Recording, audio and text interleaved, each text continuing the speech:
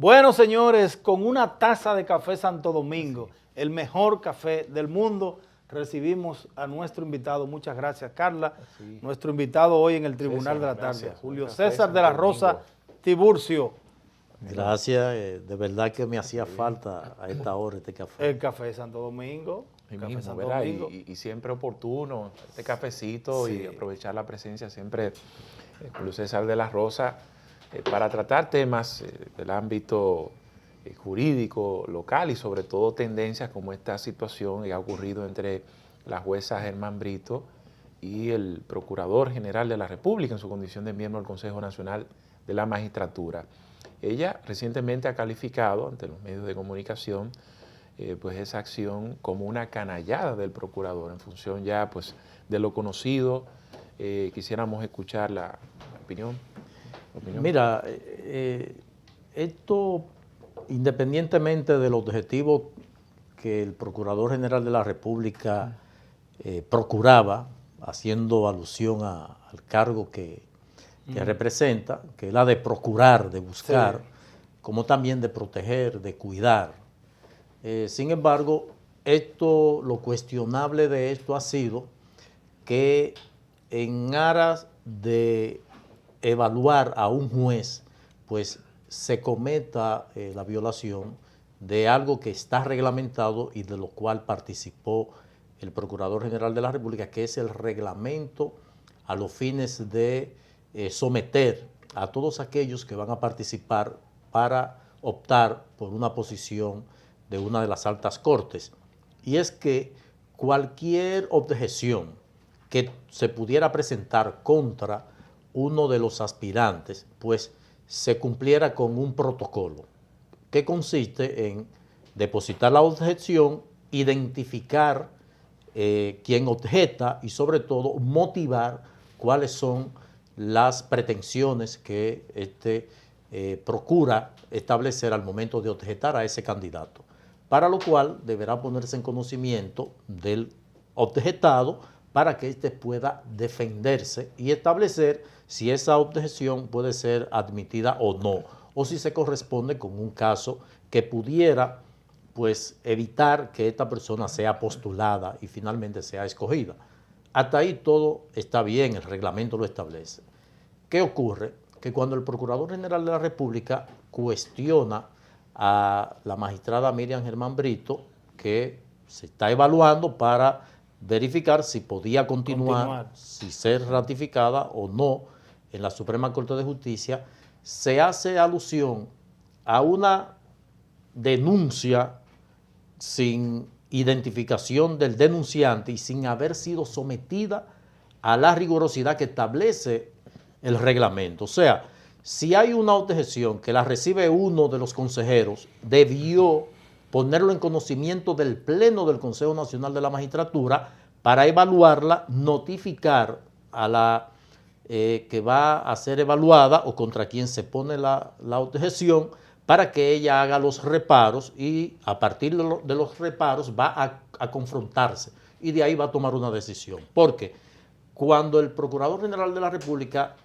trae esta comunicación anónima que resulta realmente preocupante que la tuviera y que en ocasión de conocer un caso vinculado con una de las personas que señalan que se había reunido la magistrada Germán Brito, pues debió presentarse y recusarla, que es el procedimiento que establece el Código Procesal Penal.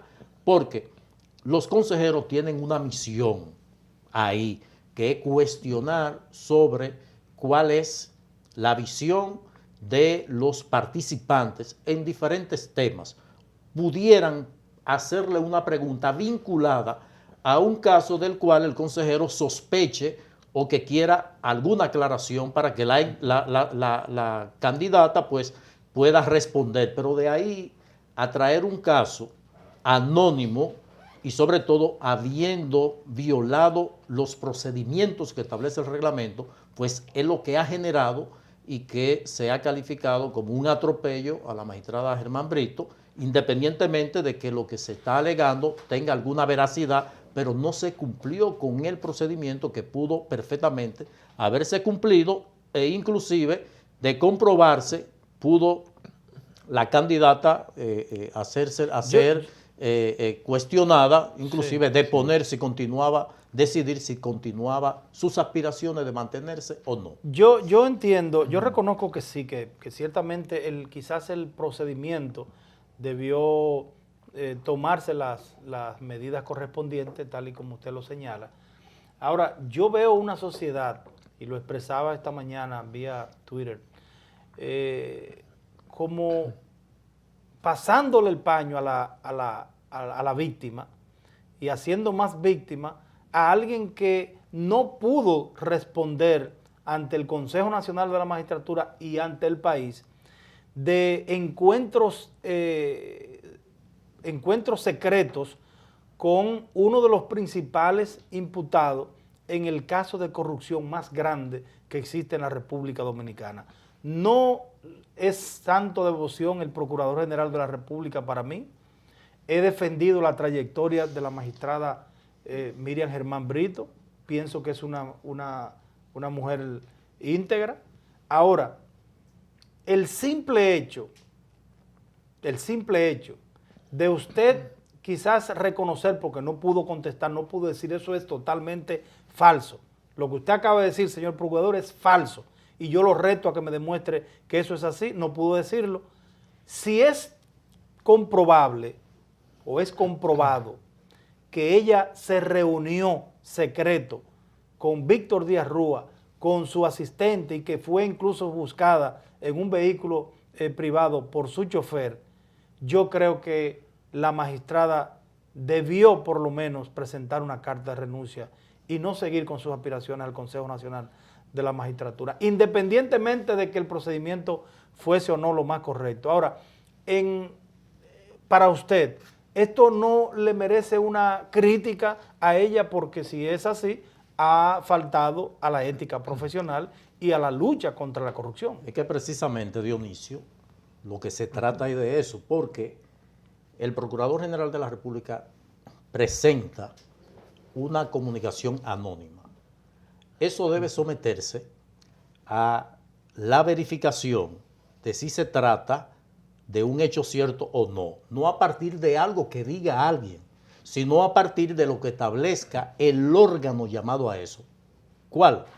Si el Procurador General de la República tomó conocimiento de una denuncia y comprobó de que esa denuncia tiene algún grado de veracidad, debió someter ante el Consejo del Poder Judicial a la magistrada Germán Brito. Estamos de acuerdo. Para que conozca en juicio disciplinario por la comisión de una falta grave, inclusive que pudiera tener ribete de juicio político, porque se trata de un funcionario designado para un periodo determinado. Sí. ¿Qué es lo que nosotros queremos establecer? Que se respeten los procedimientos, que se respeten, porque de repente no podemos, porque alguien diga, Dionisio Santana, tal cosa, y le demos aquiescencia a eso. Sí, ahora, para establecer eso, si debemos ir al órgano. Sí, pero si lo dicen y yo sé que eso pero no que es lo así, diga quién, yo lo rebato en todas las... No, es que tú no te puedes defender de lo que tú no conoces, es que ni siquiera sabe ella qué es lo que han dicho con propiedad, porque... No, pero es que un momentito. Pero es que para eso están los... Pero es que un momentito. para Si eso a mí me dicen que alguien fue a tal lugar o a mi casa o algo así, me condujo, me monté con alguien en un carro, yo le voy a decir sí o no. No, pero yo no estoy loco. si lo dice Juan Pérez. ¿Quién lo diga?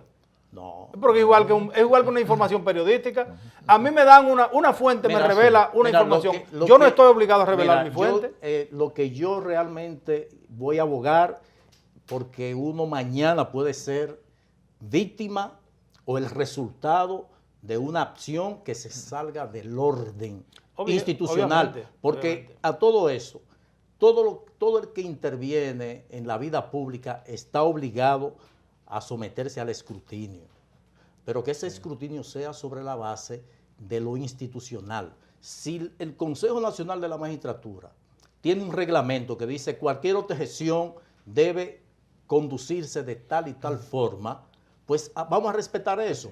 Ahora, si usted tiene alguna información sobre un juez que actúa en un caso, pues usted debe actuar en consecuencia en el órgano que está llamado para eso, para que respetando el debido proceso salga un resultado de ahí que sea creíble y que pueda ser digerido por la población. Porque a todo eso, tal vez lo que se procuraba se convirtió totalmente en lo inverso. Entonces, ¿qué ha traído como consecuencia eso? Que ya este proceso de selección de los miembros que deberán componer la Suprema Corte de Justicia ya va a estar sesgado, ya va a tener ese cuestionamiento de cómo se llevó un procedimiento violando un reglamento. Debe quedar, perdóname Julio, para ya en este tema, ¿qué hacer entonces en este momento? ¿Debe quedarse la magistrada Miriam Germán Brito? Bueno, si tú me pides la opinión a mí particular, para mí Miriam Germán Brito reúne todas las condiciones para permanecer en la Suprema Corte de Justicia. Es una mujer que yo tuve el privilegio de ser ministerial cuando ella era juez de primera instancia. O sea, que le he dado seguimiento a su trayectoria. ¿Y qué garantía yo tengo con jueces como Miriam Germán Brito? Que si hay, si no hay, no hay.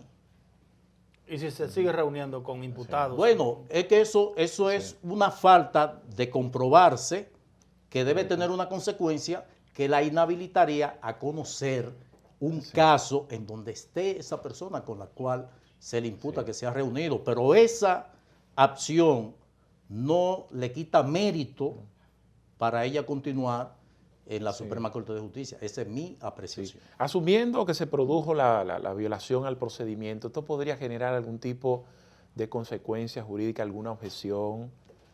Bueno, si se formulara, digo, ya no, porque ya los plazos se cumplieron, para lo cual el Consejo Nacional de la Magistratura, cuando hace el anuncio de convocatoria, establece cuáles son los plazos para elevar cualquier objeción contra uno de los participantes, dándole un tiempo para que la depositen, como también para ellos conocerla y verificar si tiene mérito la objeción, porque de eso se trata, de verificar, porque cualquiera puede llevar una información y puede ser una información oficiosa, pero también puede llevar una información que las evidencias que se colectaron no estuvieron revestidas del debido proceso, porque a todo eso, y cuando yo te digo que uno aboga por el respeto a la institucionalidad, es porque mañana podemos ser nosotros víctimas de algo que si no tenemos los órganos, las instituciones que puedan ampararte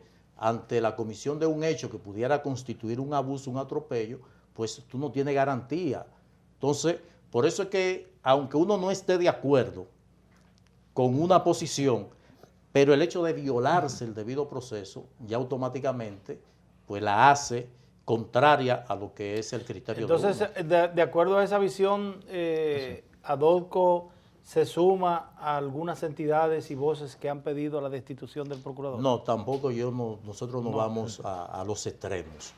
Eso se trató de un acto en ejercicio de su condición de consejero ahí, que independientemente de no corresponderse con lo que debió producirse a través de lo que establece el reglamento, de que se hubiese presentado la objeción, se le hubiese cuestionado sobre esa denuncia que posee, pues el Consejo iba a tomar una decisión. Independientemente de que no se cumpliera con eso, pues tampoco lo hace, es un caso que constituye una falta grave en el ejercicio de sus funciones que pudiera ser una causal para una dimisión, que lamentablemente no hay ningún estatuto que establezca que pudiera ser así. Bueno, con su permiso vamos a un contacto breve. A regreso, pues tenemos también algunas inquietudes a propósito del caso Odebrecht.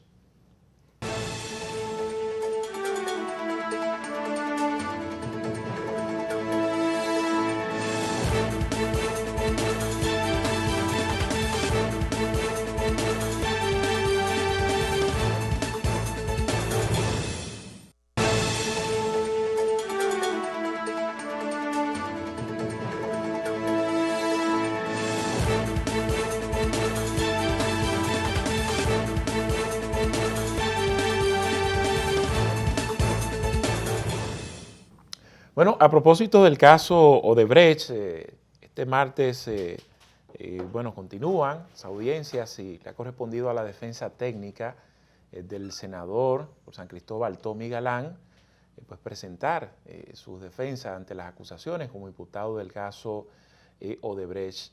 Algunos han planteado, incluso hasta con esta situación ocurrida entre el Procurador General de la República y la jueza Germán Brito, que esto podría incluso restarle calidad al proceso del caso Odebrecht, en función ya pues de lo conocido, cuáles son las expectativas que entiende Julio César de la Rosa Tiburcio que podría concluir este juicio. Nosotros vamos a mantener lo que dijimos desde que este escándalo estalló, inclusive en este programa, pues nosotros establecimos que el caso Odebrecht iba a marcar el antes y después de la lucha contra la corrupción.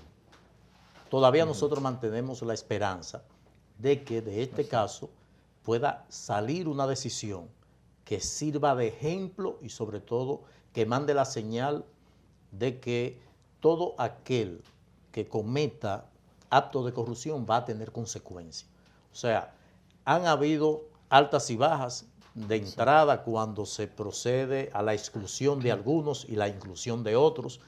Eso pues le quitó interés mediático, social al tema Odebrecht. O sea que el ímpetu con el que había salido este caso, pues al momento de presentar la acusación, que nosotros saludamos que se actuó de manera responsable, porque si no encontraron méritos para encauzar o presentar apertura a juicio, solicitar apertura a juicio contra algunos imputados, pues lo más saludable para la institucionalidad es que sean excluidos, porque sería grave que luego de ser incluidos, pues estos obtuvieran una decisión de descargo, y eso sí va a dejar mal parado el trabajo que se había hecho, lo que significa que contra aquellos encartados que se les solicitó medida de coerción y que en medio del proceso de investigación no aparecieron los elementos probatorios, aunque sí habían indicios que fueron los que motivaron a la imposición de la medida de coerción,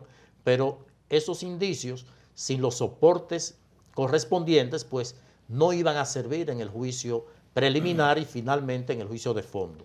Por lo que nosotros abrigamos la esperanza de que en el caso Odebrecht se pueda tener una decisión, porque salir ahora de que no hay méritos como para que esto se conozca en un juicio de fondo, que es lo más conveniente inclusive para los encartados, poder demostrar en un juicio de fondo que no son las mismas características de esta audiencia preliminar, donde se están valorando las pruebas, y que tenemos la seguridad que las pruebas que se han presentado hasta el momento, muchas de ellas pudieran ser obviadas, pero muchas de ellas pudieran ser acogidas, sobre todo por el componente de enriquecimiento sin causa, enriquecimiento ilícito, lavado de activos y violación a la ley de declaración jurada de patrimonio, sobre todo por el incremento presentado por algunos, pero también que pudiera tener algunas implicaciones de carácter tributario de los que no fueron funcionarios y que están involucrados en el proceso, y que estos pudieran ser los mayores beneficiosos en la audiencia preliminar César, que se está conociendo. Ahí dentro del proceso, en el marco del desarrollo de este proceso, en el caso de Odebrecht, han salido a relucir datos espeluznantes y caen como agua lluvia. O sea, como que nadie le presta atención a ciertos datos que salen a relucir. El Procurador General de la República, en su expediente, dice que la fortuna de Víctor Díaz Rúa asciende a más de 35,000 millones de pesos, con todo lo que recibió. Y Víctor Díaz Rúa, dentro del proceso, dice: no, un momentito, ese dinero no es mío. Ese dinero lo manejé yo como secretario de Finanzas del Partido de la Liberación Dominicana. Ese dinero, el 75% de ese dinero es del PLD, pero nadie investiga y nadie procura que alguien del PLD dé la cara y diga: ¿y de dónde ustedes obtuvieron tantas aportaciones? ¿de dónde ustedes obtuvieron más de 30.000 millones de pesos? Nadie dice nada. O sea, ¿qué se puede hacer en ese sentido? Bueno, creo que es una tarea de la Junta Central Electoral, que es el órgano que rige el funcionamiento de los partidos y sobre todo que es quien administra los recursos que le otorga el Estado Dominicano a los partidos políticos. Ese es un caso, como bien tú señalas, que llama la atención y que ha debido ser materia de un proceso de investigación aparte del proceso que se está llevando, porque hemos perdido la capacidad de asombro realmente. Estamos hablando que aunque no hay ninguna disposición que regule el recibir recursos en una campaña electoral, pero esto pudiera conducir a un manejo irregular de los recursos que son recibidos. Porque la ley electoral anterior prohibía las donaciones de empresas internacionales, empresas extranjeras. Efectivamente. Sin embargo, el propio PLD, en la voz de Juan Temístocles Montaz, admitió que recibió recursos. Por eso era materia de la Junta Central Electoral, pues iniciar un proceso en consecuencia, pero también vemos que la clase política que pudiera ser víctima de ese apoyo exorbitante al partido de gobierno, pues tampoco ha hecho ningún tipo de manifestación, pudiendo inclusive poner en causa a la Junta Central Electoral para que realice o inicie una investigación al respecto. Pero es parte de lo que hemos estado viviendo. Estamos acudiendo a un estadio de indiferencia, de que no le importa nada. Uno desde el espacio, lo poco que puede demandar, de exigir, no encuentra resonancia en los mismos afectados. O sea, cuando uno venía abogando porque se regulara, de que se estableciera la ley de partidos políticos, la ley de régimen electoral para establecer un tope a el uso de los recursos en campaña, pero no solamente eso, sino regular las campañas electorales, las precampañas. Nosotros hemos pedido a la Junta Central Electoral que aplique la ley con el desmonte de la publicidad exterior que tienen los precandidatos del Partido de la Liberación Dominicana. Ellos se pronunciaron, pero no han hecho caso, o han hecho caso omiso. Entonces, en la medida que no se haga ningún reclamo de que no se procure el cumplimiento de la ley, pues van a ir creciendo las irregularidades y no vamos a tener que un partido haya recibido 35.000 millones de pesos en donativos, sino que mañana eso se va a ir de las manos. Por lo menos ya se tiene un instrumento que es la ley de régimen electoral que regula eso y nos permite, sobre todo a los ciudadanos, a las organizaciones de sociedad civil, tener de dónde agarrarnos para que si no lo hace de manera de oficio la Junta Central Electoral, pues uno poderlo promover. Y en eso estamos. Por ejemplo, la publicidad exterior. Nosotros le vamos a solicitar a la Junta Central Electoral que conmine a los partidos a hacerlo. De lo contrario, que conmine a los ayuntamientos a que le cancelen los permisos de instalación de vallas a las empresas que la mantienen y que no la retiran.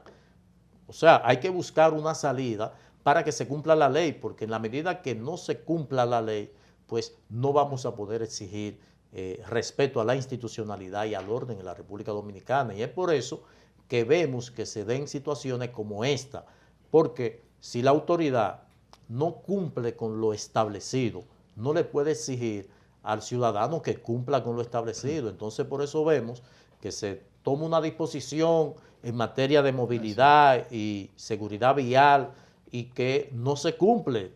O sea, ¿por qué? Porque el ciudadano ve cómo la autoridad toma la disposición y ella misma viola la disposición tomada. Entonces, por eso creo que hay que hacer ese ejercicio de ciudadanía y demandar el cumplimiento de la ley en todos los órdenes, porque de lo contrario vamos a estar, nos vamos a dirigir al caos. No, siguiendo el proceso del caso Odebrecht, en estos momentos vemos que el Ministerio Público ha presentado acusaciones, también se ha estado dando oportunidad a los imputados que presenten sus defensas, Pero la gente se pregunta hasta cuándo podría llegar pues una sentencia definitiva de este caso. ¿Podría tomar años o meses? Mira, ya con el Código Procesal Penal, pues hay una mayor celeridad porque contempla plazos. En esta etapa, que es la audiencia preliminar, en donde se están valorando las pruebas y donde los imputados deberán replicar esas pruebas, hacer los reparos de las mismas, entonces ya el juez tendrá que decidir sobre cuáles de esas pruebas fueron obtenidas de manera lícita, cuáles se corresponden con la normativa procesal penal y en consecuencia pues va a tomar y va a rechazar. Está en esa condición, es una prerrogativa del juez de la instrucción especial designado.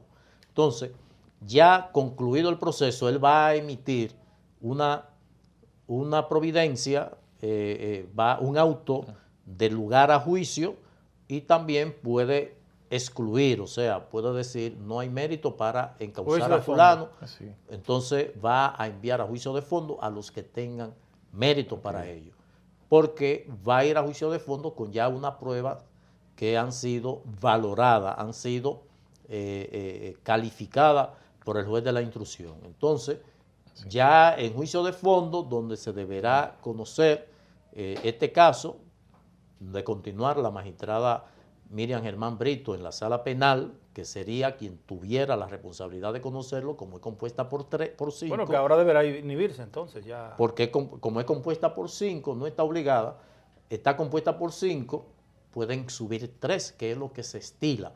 Si hay alguna sospecha legítima, como establece la normativa, de que uno de los jueces pudiera tener algún vínculo o que pudiera no ser imparcial con los encartados, pues pueden estos recusarlo. Entonces el Pleno de la Suprema Corte de Justicia va a decidir al respecto. Puede inhibirse si así lo decide, no está obligado a hacerlo porque es un acto voluntario. Ahora la recusación tiene que conocerlo el Pleno de la Suprema y decidir al respecto. Pero no hay ya en el proceso no hay ningún espacio para incluir a personas que deberían estar, que la propia sociedad sabe que no. No, es que para eso en el proceso de la investigación previo a la audiencia preliminar es que pueden aparecer, que fue lo que ocurrió con Chu Vázquez y Andrés Bautista, que fueron incorporados en medio de la investigación. O sea, tres legisladores cogieron los sobornos solamente. Bueno, es lo complejo del caso. Mágicamente pasaron los proyectos. Es un tema, no es que deje todo, es que también hay que probar, ¿verdad? No, pero es que ahí no se le va a probar nadie. Es lo difícil. Es en lo que hemos caído, de que si respetamos el debido proceso y podemos, o sea, de no llevarnos de lo que pueda decir, sino que hay que demostrarlo. Pero hubo uno que está afuera, que admitió que recibió recursos de Odebrecht. Así es, eso hay que aclarar. O sea, ese no hay que probarse, eso lo dijo. Exacto, y sé que el tiempo nos concluyó, pero uno de los imputados incluso hizo mención, referencia a otras figuras, como el caso de Reinaldo Pared, el expresidente. Tampoco en el proceso del juicio uno asume que podrían incluirse ni siquiera para ser interrogados. Ya por ese caso ellos están ya pasaron por el lodo y no se embarraron. Palabra de Dionisio y Bajo Duro, no está fácil. Bueno, agradeciendo como siempre a Tocayo Julio César de la Rosa Tiburcio por estar con nosotros, ¿verdad? Y llevarnos estas orientaciones jurídicas, tanto como este espacio como nuestra fiel teleaudiencia. De esta forma nos despedimos, como siempre reiterando el compromiso de mañana. Estaremos en otro tribunal de la tarde, como siempre un contenido variado, diferente para todos ustedes de 5 a 7 de la noche por Telefuturo Canal 23. Feliz noche.